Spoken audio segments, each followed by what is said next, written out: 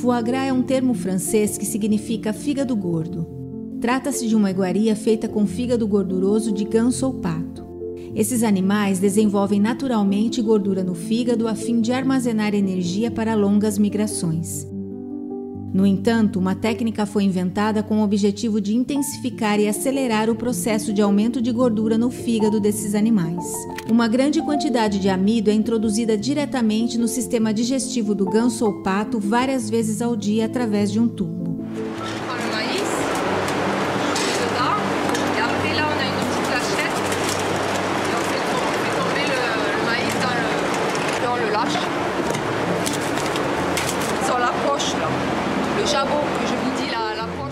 Utilizando esse método, o fígado do animal terá muito mais gordura e volume. Le gavage consiste à provoquer une maladie du foie, la stéatose hépatique. Le gavage n'a donc plus rien à voir avec la préparation de la migration des oiseaux. O processo de produção do foie gras em animais e da gordura hepática em humanos é basicamente o mesmo. Alto consumo de carboidratos que provocam altos níveis de insulina. Alta insulina causa gordura no fígado. Gordura no fígado causa resistência à insulina. Resistência à insulina causa insulina mais alta e o ciclo se repete.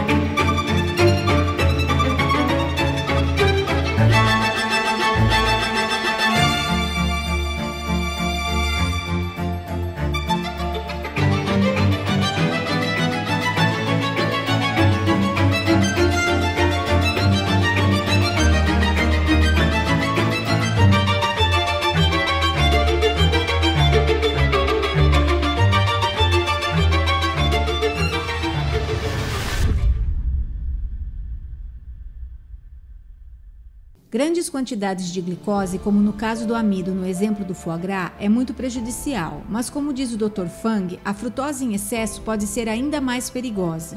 O açúcar de mesa, por exemplo, ou seja, a sacarose, é composto por 50% glicose e 50% frutose. A questão da frutose em comparação com a glicose é a maneira com que a frutose é metabolizada. Praticamente todos os órgãos do nosso corpo é capaz de metabolizar a glicose e utilizar como energia. Ou seja, todos os tecidos do nosso corpo praticamente têm esse potencial de utilizar a glicose disponível como uma fonte de energia. Só que com a frutose não é assim. A frutose é um tipo de açúcar metabolizada exclusivamente através do fígado. Ou seja, o consumo exagerado dessas bebidas adoçadas, industrializadas e outros alimentos com açúcar adicionado, absolutamente cheios de frutose, causa uma sobrecarga no fígado com consequências parecidíssimas com a do álcool. Do ponto de vista nutricional, glicose e frutose não possuem nutrientes essenciais, são apenas carboidratos. O açúcar não deveria ser considerado um nutriente ou uma fonte de nutrientes. Se a gente observar o açúcar do ponto de vista químico e molecular, o açúcar é uma fonte de energia. E para o organismo, nutriente e energia são duas coisas muito diferentes. A frutose não faz a glicose e a insulina no sangue subirem em alta velocidade, mas a frutose em excesso e concentrada causa gordura no fígado. Gordura no fígado causa resistência à insulina. Resistência à insulina descontrola a glicose em um ciclo vicioso. Eu lembro que um australiano chamado David Gaiman fez um experimento consigo mesmo, fazendo uma dieta de baixa gordura e se alimentando primariamente de produtos industrializados ditos saudáveis, com rótulo de saudável, tais como iogurtes light, sucos de frutas, refrescos, chás, mate, refrigerante zero, bebidas de caixinha, pães, massas integrais, etc. No final do experimento ele tinha ganhado 8,5 kg.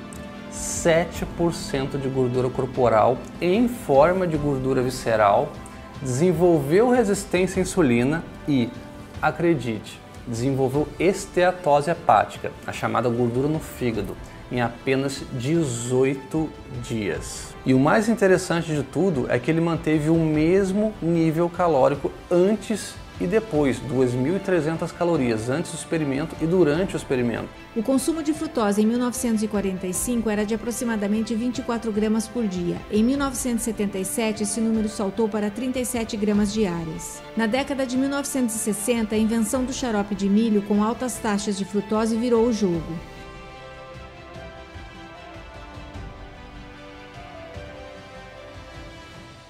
Esse tipo de açúcar ficou ainda mais barato e tomou conta da grande maioria dos alimentos ultraprocessados.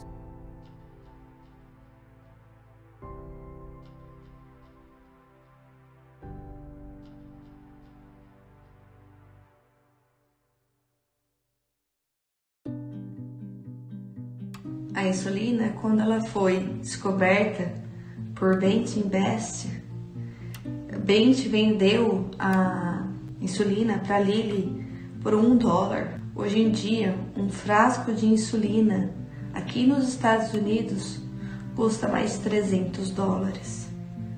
Bengt, quando ele vendeu simbolicamente, né, a grande descoberta dele, que era a insulina para Lilly, por $1, ele queria que todas as pessoas tivessem acesso a essa insulina. Hoje em dia tem gente morrendo por falta de insulina por causa desses preços exorbitantes. Se meu filho ficar um dia sem insulina, ele pode morrer. Porque sem insulina meu filho não vive. Que mundo que a gente está vivendo? Quando a gente começa a estudar, a gente vê que não é interessante recomendar consumir menos carboidrato. Porque se eu recomendar consumir menos carboidrato, essa pessoa vai usar menos insulina. Se ela usar menos insulina, essas grandes 3 empresas que detêm a patente da insulina não vão faturar o mesmo tanto que elas faturam hoje em dia. Se as pessoas com diabetes tipo 2, se elas, começarem a entender que se elas consumirem menos carboidratos, elas podem reverter, entrar em remissão da doença, se elas tomarem esse conhecimento e aplicarem, e a gente começar a prevenir o aparecimento de diabetes tipo 2, quem vai lucrar com isso? Que mercado é esse que a gente está alimentando hoje em dia? Os pacientes têm direito de saber que o diabetes tipo 2 é uma doença reversível, desde que os hábitos alimentares sejam modificados.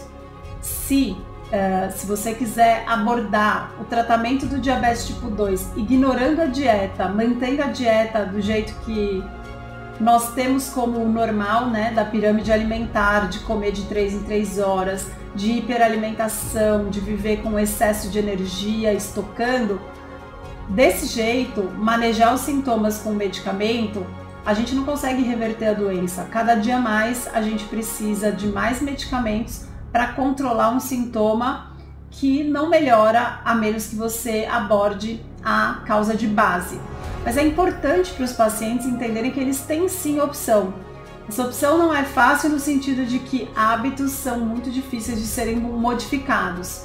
Mas quando a gente entende que existe um caminho que pode trazer a reversão da doença, que pode reduzir as medicações, que pode parar com as lesões, com a progressão das lesões advindas do diabetes tipo 2, o paciente tem direito de escolher, pesar e fazer a própria escolha, né? Então é importante que os pacientes entendam que se você tem diabetes tipo 2, você precisa mudar os seus hábitos alimentares, porque o diabetes tipo 2 é uma doença dietética. Se você não mudar a sua dieta, você não vai reverter essa doença.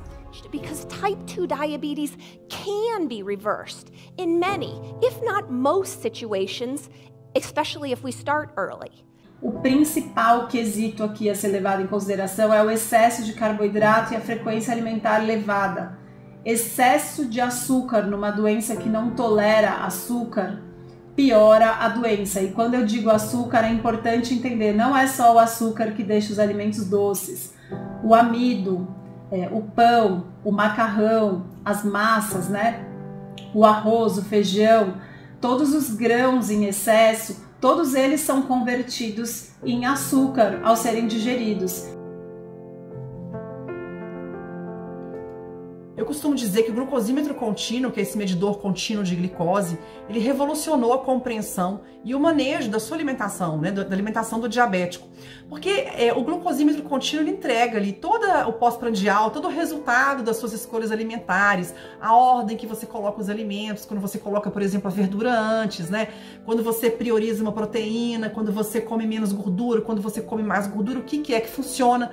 E assim, gente, os resultados que a gente vê de glucosímetro contínuo, é evidente que essa dieta padrão que se usa hoje é a pior dieta para o diabético. A resposta está ali, só não vê quem não quer. Então, quando a gente está falando da pirâmide alimentar, pensa naquela base rica em pães, o pão integral, a batata doce, a aveia, o macarrão, a massa integral, né, trigo integral, o trigo normal, não importa, todos esses amidos em excesso, todos os amidos ao serem digeridos se transformam em açúcar.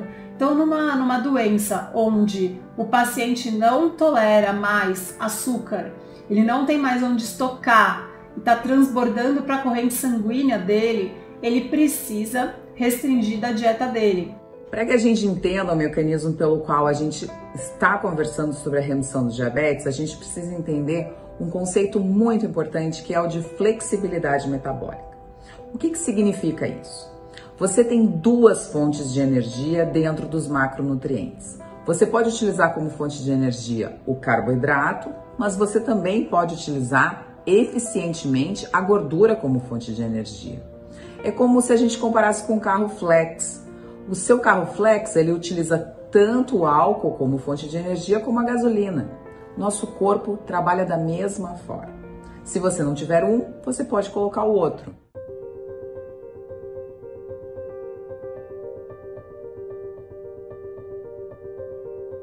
Todas as células do nosso corpo conseguem utilizar a gordura como fonte de energia. O nosso cérebro, principalmente, consegue fazer essa utilização. As células do nosso coração também conseguem. O coração é ávido por corpos cetônicos, que são os compostos produzidos através da queima da gordura. Os carboidratos na dieta dos seres humanos são completamente opcionais. Então, se você tem uma doença que não tolera bem carboidratos, você vai precisar passar um período, pelo menos enquanto você reverte essa doença e emagrece, você vai precisar passar um período restringindo esse tipo de alimento que você não tolera bem. E de forma que, conforme você melhora e reverte a sua doença, você pode recuperar a sua tolerância e sensibilidade aos mesmos. Mas isso é um processo lento que o paciente tem direito de saber e poder optar por isso. A partir do momento que você faz restrição de carboidrato, ou seja, você diminui a liberação de insulina, você faz com que o seu organismo se recupere em equilíbrio e, consequentemente, diminua também os níveis de glicose. Isso é muito importante entender. Se você tem glicose em excesso, o seu pâncreas vai trabalhar em excesso para produzir a insulina e, consequentemente, um momento, esse pâncreas vai ficar cansado e vai produzir insulina numa forma que não necessariamente consiga fazer com que aquela glicose que está sendo colocada dentro da corrente sanguínea seja absorvida e entre para dentro das células. E aí vem a opção também do jejum intermitente para ser associado. O jejum intermitente nada mais é do que ficar períodos um pouco maiores sem se alimentar, permitindo que o seu corpo use esse excesso de açúcar que está armazenado em forma de gordura e progressivamente queimando essa gordura em excesso, você melhora a sua doença. People don't eat, that liver shrinks right down, right? When that fatty liver shrinks right down, of course, the insulin resistance goes away because insulin resistance is from fatty liver. E a gente fala tanto do jejum intermitente hoje como se fosse algo novo, moderno, mas não. O jejum é a ferramenta de saúde mais antiga utilizada desde os tempos mais remotos para a melhora da saúde. Então, numa doença onde existe excesso de energia estocada, excesso de energia armazenada, ficar períodos sem se alimentar são terapêuticos. Eles permitem que o seu corpo use de maneira natural esses recursos que estão lá armazenados e deveriam servir para isso, porém foram impedidos de serem utilizados por conta da dieta moderna, que consiste em comer várias vezes ao dia, muitos alimentos ricos em carboidrato refinado, aquela base da pirâmide. Então, se a gente enxergar dessa maneira, o jejum intermitente entra como uma ferramenta perfeita para melhorar e reverter o diabetes tipo 2. O que é importante saber? Num paciente diabético tipo 2 que já faz uso de medicações para controlar a glicemia, é fundamental que, se você está assistindo esse documentário e decide mudar o seu estilo de se alimentar e praticar o jejum intermitente, por exemplo, é fundamental que você procure ajuda de um médico para ajustar essas medicações. Segurança vem em primeiro lugar, e muitas dessas medicações, quando ficam em excesso, elas podem provocar hipoglicemia, que é algo que a gente deve evitar, pois é um efeito colateral agudo, gravíssimo e fatal. Então a gente precisa da segurança de um médico para auxiliar nessa mudança de estilo de vida, mudança de alimentação, e que as medicações acompanhem essa mudança de maneira segura. Mas sim, o diabetes tipo 2 é uma doença reversível, você pode melhorar os seus sintomas e melhorar a sua doença ao mesmo tempo se você usar a abordagem que trata a causa. E a causa é excesso de armazenamento de carboidratos, de energia, e você melhora isso reduzindo a sua ingesta e reduzindo a frequência alimentar. Quando a sua dieta tem mais proteína e mais gordura, você tende a ter mais saciedade. O que significa isso? Que você não vai precisar comer tanto e tantas vezes por dia para ficar satisfeito. Não vai ter fome novamente tão rápido. Felizmente, a gente tem meios de comunicação como esses que podem alcançar o público leigo. O público tem direito de saber sobre essas mudanças, o público tem direito de saber que esse não é um tratamento novo. Desde 1700 a gente tem registros de médicos que tratavam diabetes tipo 2 com dieta que restringe carboidratos, uma dieta baseada apenas em proteínas de fonte animal. Então, essa é uma mensagem que pode ser passada para o público leigo sem depender dos consultórios médicos.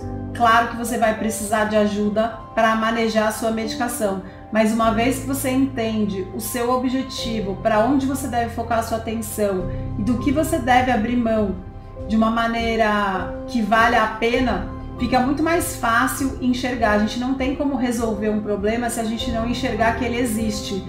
E o tratamento convencional do diabetes tipo 2 não só está desatualizado, como a gente já tem muitas evidências disponíveis, basta os médicos se atualizarem.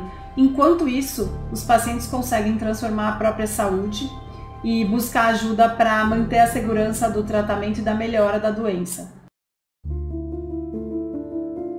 Um tipo de infecção muito complicada são aquelas que se desenvolvem nos pés. Apesar do controle adequado da glicose no sangue, 15% dos diabéticos terão feridas nos pés que nunca cicatrizam. A diminuição da circulação sanguínea associada à doença vascular periférica dificulta a cicatrização.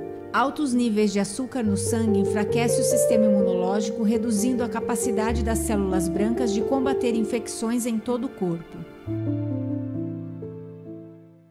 Gente, vocês sabiam que teve um aumento nos últimos 2, 3 anos em amputações em diabéticos? E não é o diabético velho, não. O diabético jovem. Sim, abaixo de 40 anos. A gente está tendo um aumento expressivo de amputações em jovens. Eu tive a oportunidade de trabalhar 5 anos no Hospital Risoleta Tolentino Neves, aqui em Belo Horizonte, como preceptora da residência de clínica médica, como endocrinologista responsável pelos pacientes diabéticos que internavam para amputar. E eu falo com muita tristeza, pessoal, que eu via muitos jovens perdendo a perna e voltando para perder mais um pedaço, tá? A amputação é decorrente do controle inadequado do diabetes, da neuropatia, né? Por causa do controle ruim do diabetes, as pessoas perdem a sensibilidade nos pés, machucam os pés, pisam em vidro, prego, pedra, não vê, o negócio infecciona. A glicose está descontrolada, a infecção não é debelada, não é contida, passa para o osso, pode acabar numa amputação, muito comum.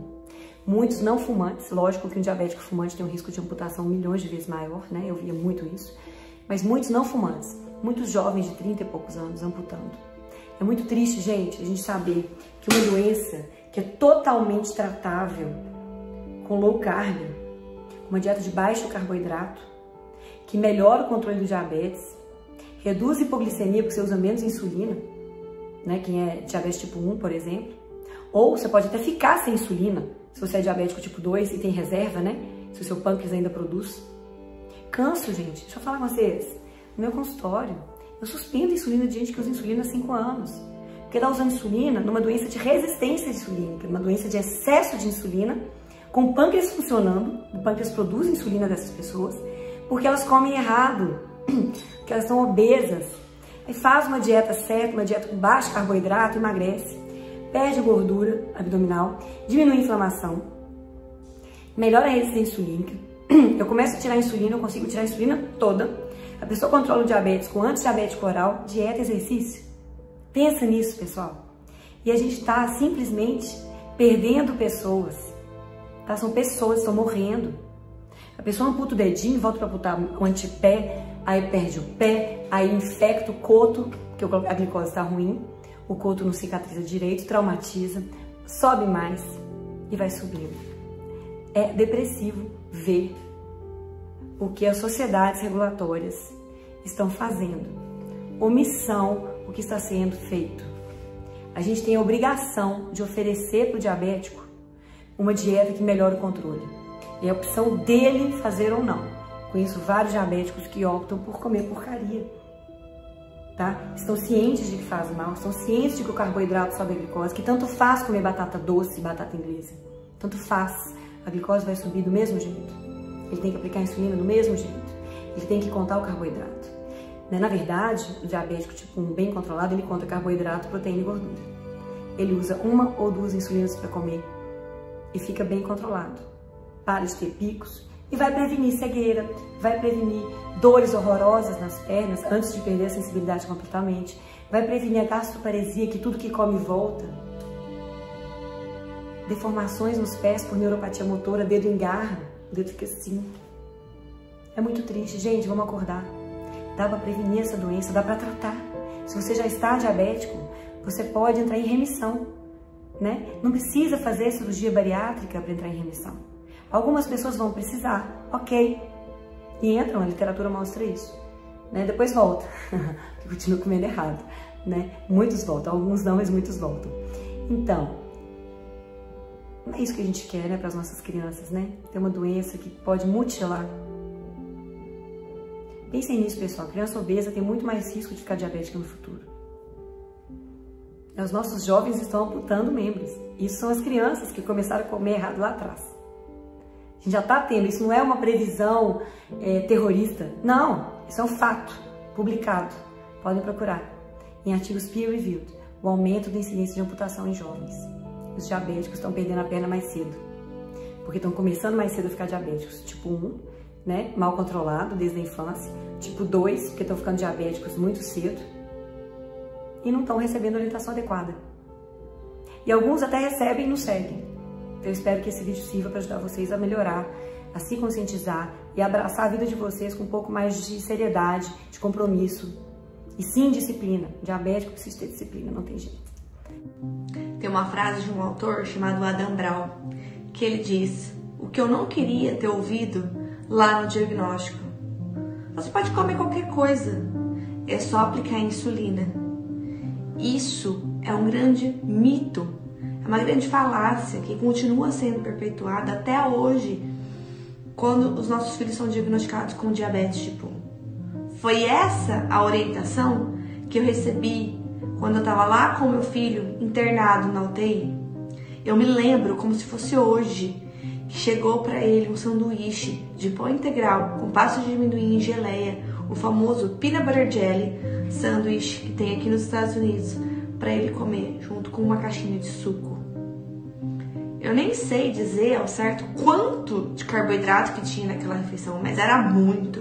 Foi uma criança que estava entre a vida e a morte na UTI, justamente porque o corpo dela não consegue controlar, dar conta desse carboidrato, desse tanto de carboidrato, porque não tem o hormônio principal que metaboliza ele, que é a insulina.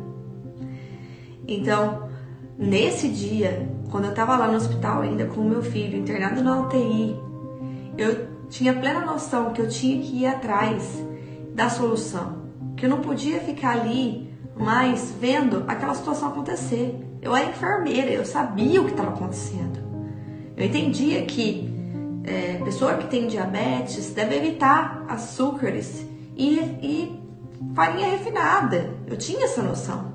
Eu só não tinha noção que alimentos, por exemplo, como suco, que a gente considera saudável, não é tão saudável assim, que ia subir muito a glicemia do meu filho. Mas eu já tinha noção que eu tinha que reduzir e eliminar o açúcares e os refinados. Tanto é que quando eu cheguei na minha casa com o meu filho, a primeira coisa que eu fiz foi jogar fora todo o açúcar e farinha refinada que eu tinha em casa, todos os produtos industrializados. Foi a primeira coisa que eu fiz, foi limpar os armários da minha casa. Eu não pensei 2 vezes. Mas ali no hospital, o que me orientaram foi: o seu filho pode comer 50 gramas de carboidrato em cada refeição, mais 15 gramas de carboidrato nos lanches, e nos lanches não precisava aplicar insulina. Quer dizer, se meu filho quisesse comer de lanche uma maçã, ele poderia comer e não aplicasse insulina. Quem aí tem diabetes tipo 1 sabe que não existe alimento free no diabetes. Que a gente tem que aplicar insulina para qualquer coisa que a gente for comer, que tudo tem impacto na glicemia. E essa foi a orientação que eu tive. O meu filho não saía da roller coaster, da montanha-russa. Eu fui para casa, na minha primeira semana com meu filho lá, eu cozinhava, eu fazia de tudo. Eu não sabia, na verdade, o que oferecer para ele. E eu fazia o meu melhor, seguindo as orientações, e não dava certo. O meu filho, ele ficava variando a glicemia dele de 50 a 300. Eu me lembro que quando a gente recebeu alta do hospital e ele estava com fome, a gente parou na cantina do hospital e ele pediu um croissant. E aí ele comeu o croissant, eu contei os carboidratos, apliquei insulina e a glicemia dele foi para 300 e não baixava. Foi aí que eu comecei a perceber, gente, que eu tava fazendo tudo errado. Que não era essa a solução do diabetes. Que não era ficar entupindo meu filho de carboidrato. O seu corpo, ele não consegue metabolizar bem o carboidrato. Como é que você vai pegar e vai dar mais carboidrato para essa criança? In my clinic, we teach patients to eat with carbs as the minority of their intake, not the majority. So how does that work? Well, when our patients decrease their carbs, their glucose goes down and they don't need as much insulin.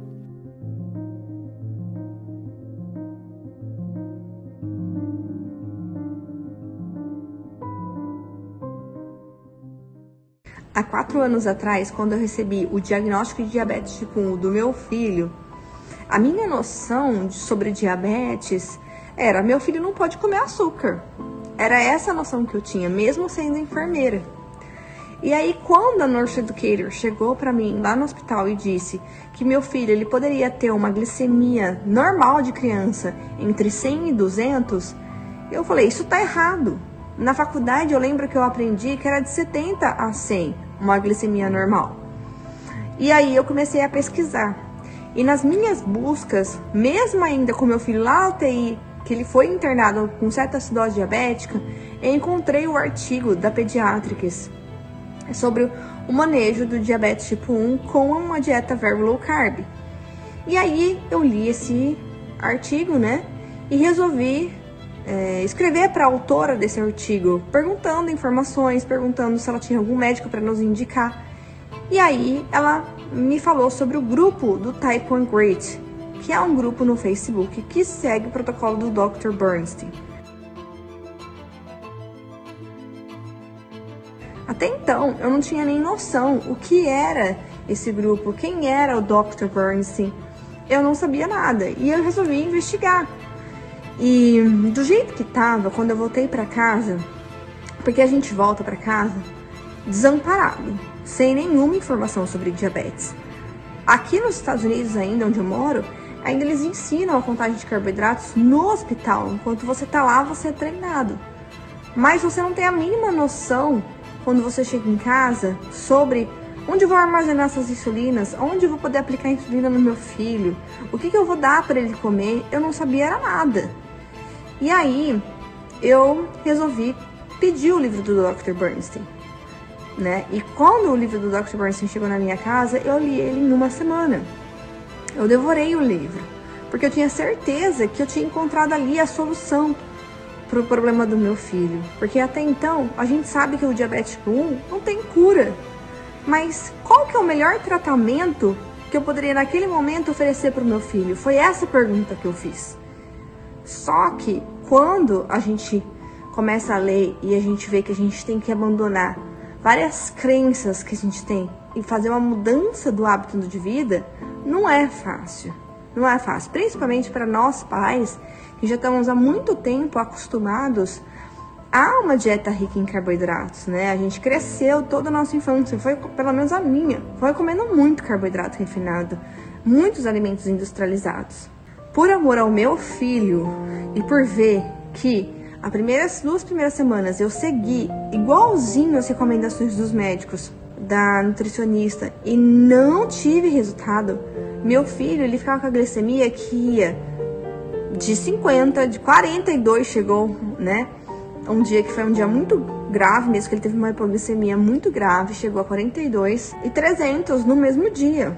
E nesse dia, né, que o Lucas teve essa hipoglicemia muito grave, a gente estava pronto para sair, todo mundo estava arrumado e a gente começou a chamar: Lucas, vamos sair, Lucas, vamos passear.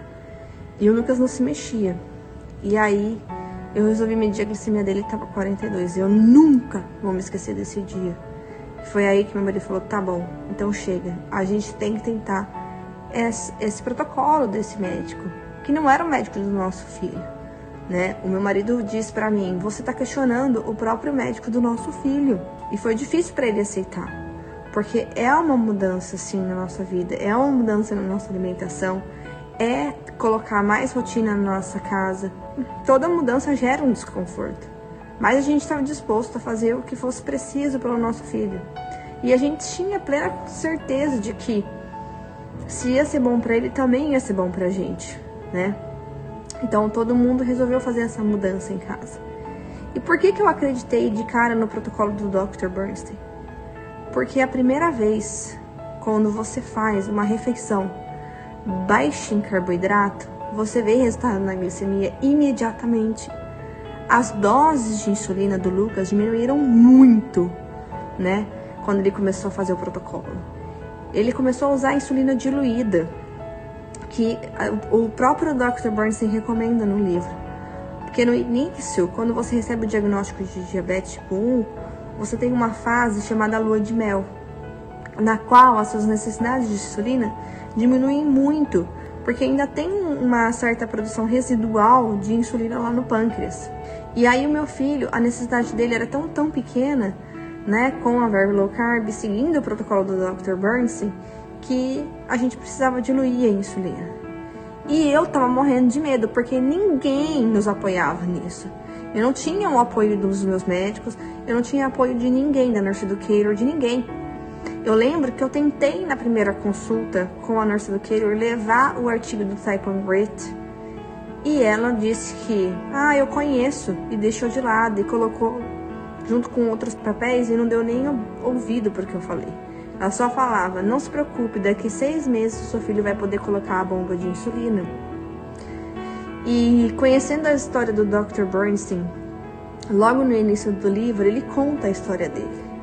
Então ele foi a primeira pessoa a ter acesso a um glicosímetro, que é o aparelho que a gente usa para fazer a glicemia capilar, né? A famosa ponta de dedo. Ele foi o primeiro diabético a checar a glicemia dele em casa. E ele conta que ele chegou para o médico dele, que era o presidente, né, da ADA, e falou com ele: eu quero ter um aparelho desse, eu quero checar a glicemia na minha casa. E ele falou assim: não, mas o que vai acontecer de mim?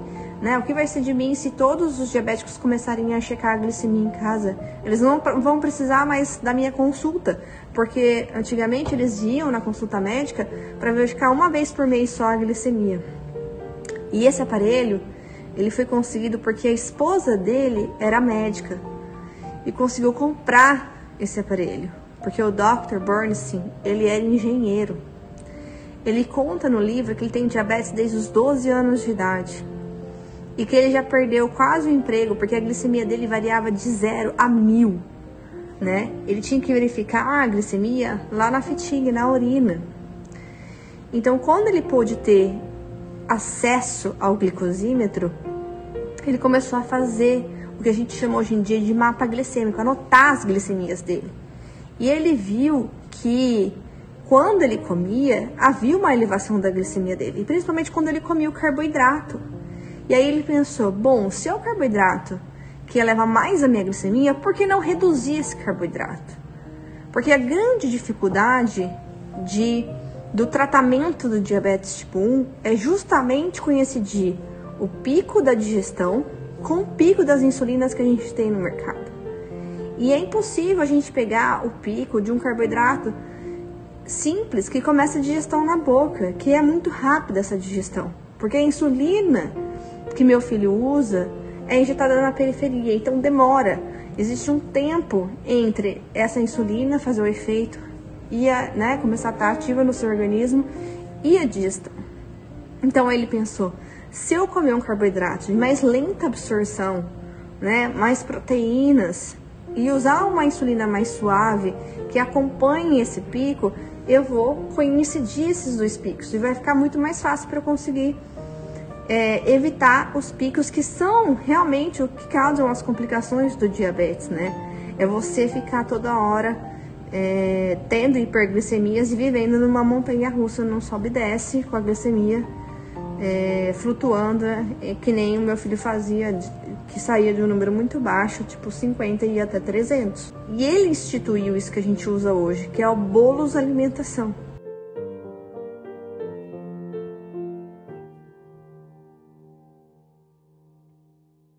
Antigamente, como que era o tratamento da pessoa com diabetes?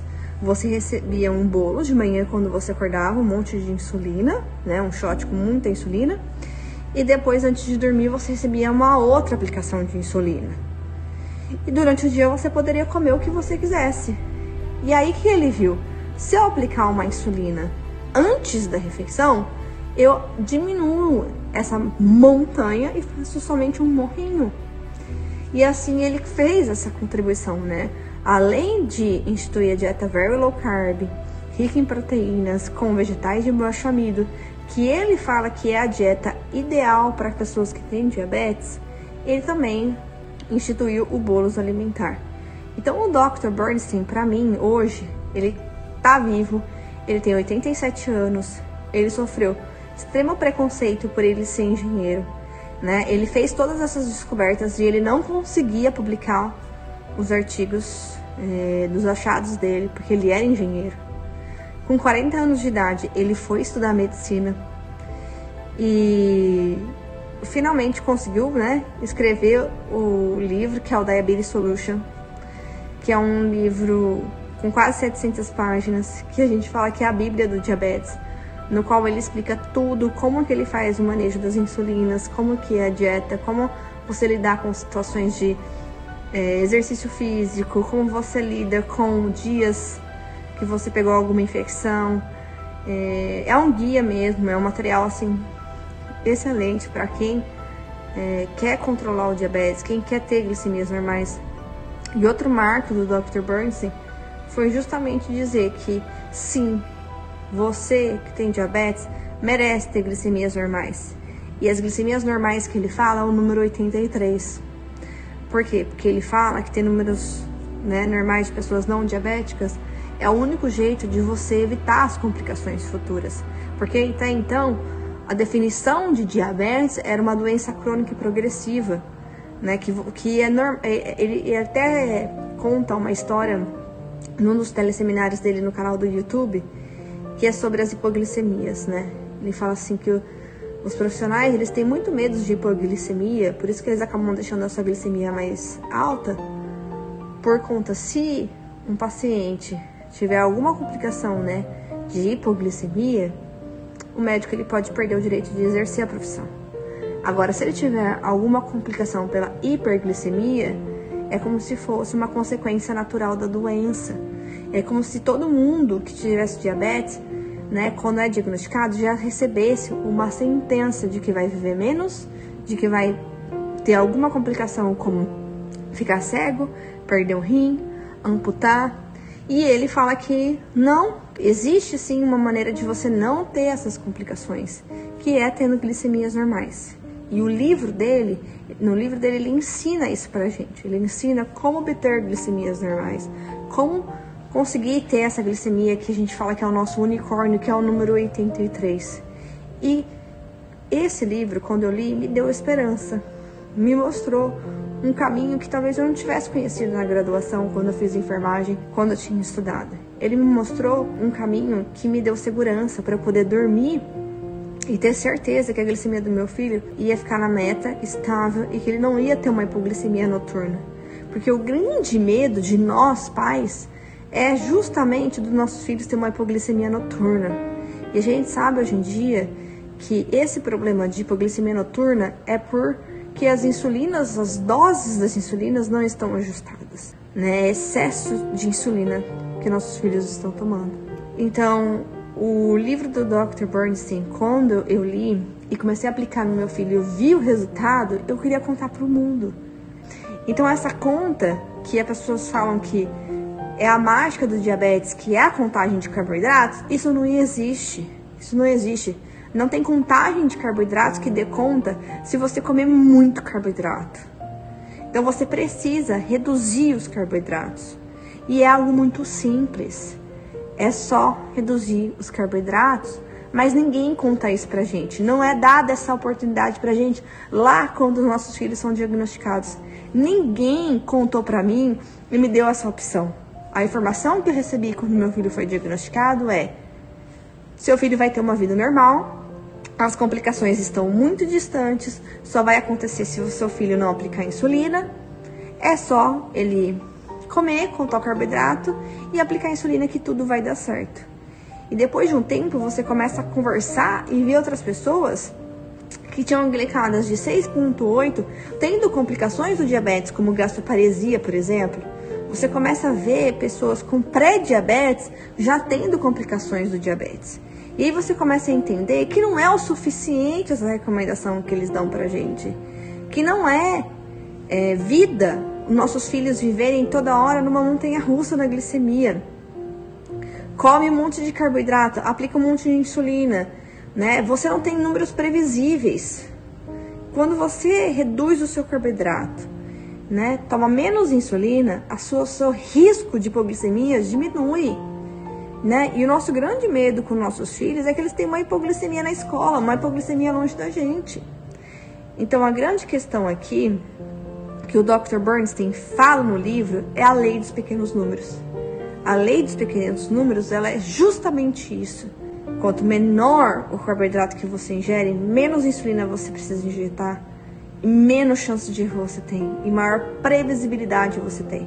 Porque mesmo que você erre um pouquinho do tempo, né, saia fora da digestão, você não vai ter um pico enorme. Porque os vegetais de baixo amido, proteína, eles não vão elevar sua glicemia tão rapidamente, o mesmo tanto que um carboidrato simples. Então eu queria dizer que existe sim uma esperança. E a minha luta, a luta do Diabetes Home Guide, é que todas as pessoas tenham acesso à informação, que elas saibam que existe um caminho, existe uma solução para o diabetes enquanto a gente não tem a cura ainda, e que você tem direito a receber essa informação e tomar a decisão consciente, sabendo dos riscos, dos benefícios de cada escolha. Existe sim a possibilidade da contagem de carboidratos, mas também existe a possibilidade da redução dos carboidratos, que é o que o Dr. Bernstein prega, e é o que eu faço com meu filho, e é o que eu acredito que dá certo. Então, assim como eu não tive essa opção, que eu tive que descobrir sozinha que havia esse caminho, eu não quero mais que nenhuma família passe pelo que eu passei no início do diagnóstico, e que você receba a informação de que é possível. Como eu sempre falo, o diabetes, ele é uma doença tempo dependente. Quanto mais cedo você normalizar a glicemia da sua criança e colocá-la rápida num protocolo de baixo carboidrato, menor o risco de complicações futuras da sua criança. E é isso que eu desejo para todas as crianças, assim como eu desejo para o meu filho também. um futuro sem complicações e uma vida longa igual a do Dr. Bernstein, que hoje tem 87 anos, é uma pessoa extremamente ativa, pratica exercício físico e ainda trabalha em Boston atendendo pessoas com diabetes. Lucas, que isso? The heck's this? My name is half good, half bad. Half good, half bad. A strawberry. Where did you get this? From the strawberry plant. Really? O que é isso que você tá comendo?